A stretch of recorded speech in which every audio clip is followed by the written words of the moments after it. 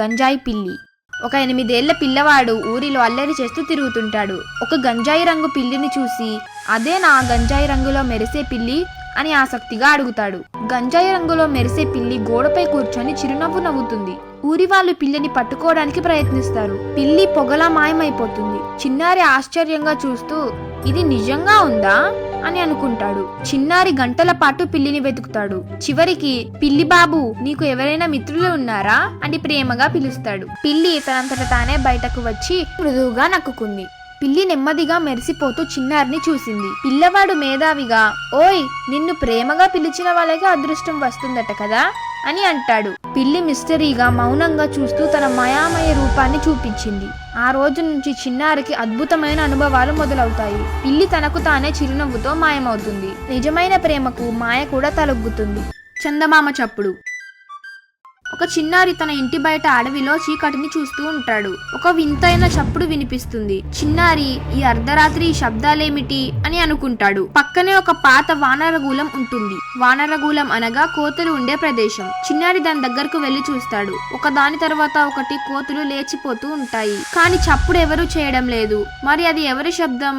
చిన్నారి ఆకాశాన్ని చూసి ఆశ్చర్యపోతాడు. చందమామ కదులుతున్నట్లుగా అనిపించింది. ప్రతిసారి అది ముందుకు వచ్చినప్పుడు టప్ టప్ టప్ అని శబ్దం వస్తుంది. ఒక పెద్ద కోతి నవ్వుతూ చెట్టుపైకి దూకుతుంది. అరే, ఇది చందమామ శబ్దం కాదు, మేమే రాత్రిలో ఆడుకుంటున్నాం అని చెబుతుంది. చిన్నారి నవ్వుకుంటూ ఇది చందమామ చప్పుడు కాదు, కోతుల సందడి అని అంటాడు. చిన్నారి తన ఇంటికి తిరిగి వెళ్ళిపోతాడు. కానీ ఆ చప్పుడు ఇంకా వస్తూనే ఉంటుంది. ఆకాశంలో చందమామ మెల్లిగా మెరిసిపోతుంది. కొన్ని శబ్దాలు రహస్యంగా ఉంటాయి, కానీ వాటి వెనుక ఒక అద్భుతమైన కథ ఉంటుంది. మంత్రాల కొండలో చిట్టి పిల్లి.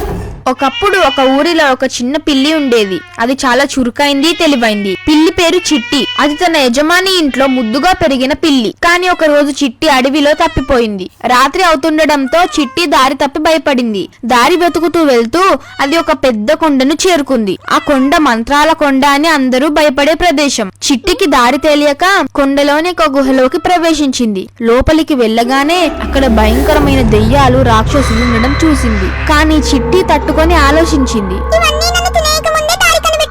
అని నిర్ణయించుకుంది. చిట్టి గుహలో దాచిపెట్టిన ఒక పుస్తకాన్ని చూసింది. అది ఒక మంత్రాల గ్రంథం. దెయ్యాలకు తెలియకుండానే పిల్లి ఆ గ్రంథాన్ని నోటితో పెట్టుకుని బయటకు రావడానికి ప్రయత్నించింది. కానీ అప్పటికే దెయ్యాలు దాన్ని గమనించాయి. అని ఆ పిల్లిని చీల్చి చెండాడాయి. పిల్లి తెలివిగా ఆ పుస్తకంలోని కొన్ని మంత్రాలను చదివింది. ఒక్కసారిగా బలంగా గాలి వీచింది. దెయ్యాలు భయపడి వెనక్కి వెళ్లాయి. మరికొన్ని మంత్రాలు చదవగానే ఆ దెయ్యాలంతా మాయమయ్యాయి. చిట్టి మంత్రాల కొండ నుండి సురక్షితంగా బయటపడింది. తిరిగి ఊరికి వెళ్లి ఆ మంత్ర గ్రంథాన్ని గుడిలో ఉంచింది. అప్పుడు ఊరి ప్రజలు గ్రంథంలోని శక్తిని ఉపయోగించి మంచి పనులు చేయసాగారు. చిట్టిని అందరూ సాహసి పిల్లి అని ప్రశంసించారు. ఆ రోజు నుంచి చిట్టి పిల్లి పేరు మొత్తం ఊరిలో ప్రతిధ్వనించింది. అందరూ దీన్ని మంత్రాల కొండలో విజయం సాధించిన చిట్టి పిల్లి అని సంతోషంగా గుర్తు చేసుకుంటారు. దీని నీతి: తెలివి, ధైర్యంతో ఎలాంటి కష్టాన్నైనా ఎదుర్కోవచ్చు. మాయా పువ్వు. నీకు మాకు ఈ అడవిలో జీవించే హక్కు సమానమే. కానీ దురాశ అనేది మన హృదయాన్ని మబ్బుపరుస్తుంది. నిజమైన ఆనందం పంచుకోవడంలోనే ఉంది. ఇక ఈ కథలో ఏం జరిగిందో చూద్దాం రండి. ఒకప్పుడు ఒక ఊరికి దగ్గరలో ఒక పచ్చని అడవి ఉండేది. ఆ అడవిలోని జంతువులు ఎంతో స్నేహపూర్వకంగా జీవించేవి. ఆ అడవిలో ఒక చిన్న మాయా పువ్వు మొలిచింది. ఆ పువ్వు ఎంత అందంగా ఉందో కాదు, దాన్ని చూడగానే ఎవరైనా ఆనందంగా నవ్విపోయేవారు. మరింత ఆశ్చర్యం ఏమిటంటే ఎవరైనా ఆ పువ్వుని తాకితే వారి కోపం, బాధ, అలజడి అంతా మాయమైపోయేది. ఈ వార్త అడవంతా పాకింది. చిరుతపులి, కోతులు, ఎలుకలు, కాకులు అందరూ ఆ పువ్వును చూడ్డానికి వచ్చారు. ఒకరోజు గోపి నక్కకు కూడా ఆ పువ్వు గురించి తెలిసింది. గోపి చాలా తెలివైనవాడు, కానీ కొంచెం దురాశ కలవాడు. అప్పుడు అతడి మనసులో ఒక దురాశ వచ్చిపోయింది. ఎలాగైనా ఆ పువ్వు నాకే దక్కాలి, నేను దాన్ని అమ్మేసి బోలెడంత ధనాన్ని సంపాదిస్తాను అనుకున్నాడు. రాత్రి సమయంలో గోపి నిశ్శబ్దంగా అడవిలోకి ప్రవేశించి మాయా పువ్వును ఎత్తుకుపోవడానికి ప్రయత్నించాడు. కానీ ఆ పువ్వు ఒక్కసారిగా గాల్లో తేలిపోయింది. గోపి దాన్ని వెంట పడుతూ అడవి లోతుల్లోకి వెళ్లిపోయాడు. చివరికి తను మాయా పువ్వును తాకగానే గోపికి ఒక్కసారిగా ఒక విచిత్రమైన అనుభూతి వచ్చింది. అతడి లోపలి దురాశ, కపటత్వం అన్నీ మాయమయ్యాయి. అతడు నిజంగా సిగ్గుపడ్డాడు. ఆ మాయా పువ్వు నోరు తెరిచి ఇలా చెప్పింది: నీకు మాకు ఈ అడవిలో జీవించే హక్కు సమానమే. కానీ దురాశ అనేది మన హృదయాన్ని మబ్బుపరుస్తుంది. నిజమైన ఆనందం పంచుకోవడంలోనే ఉంది. ఆ మాటలు విని గోపి మారిపోయాడు. ఆ రోజు నుండి గోపి తన తెలివిని ఇతర జంతువులకు సహాయం చేయడానికి మాత్రమే ఉపయోగించాడు.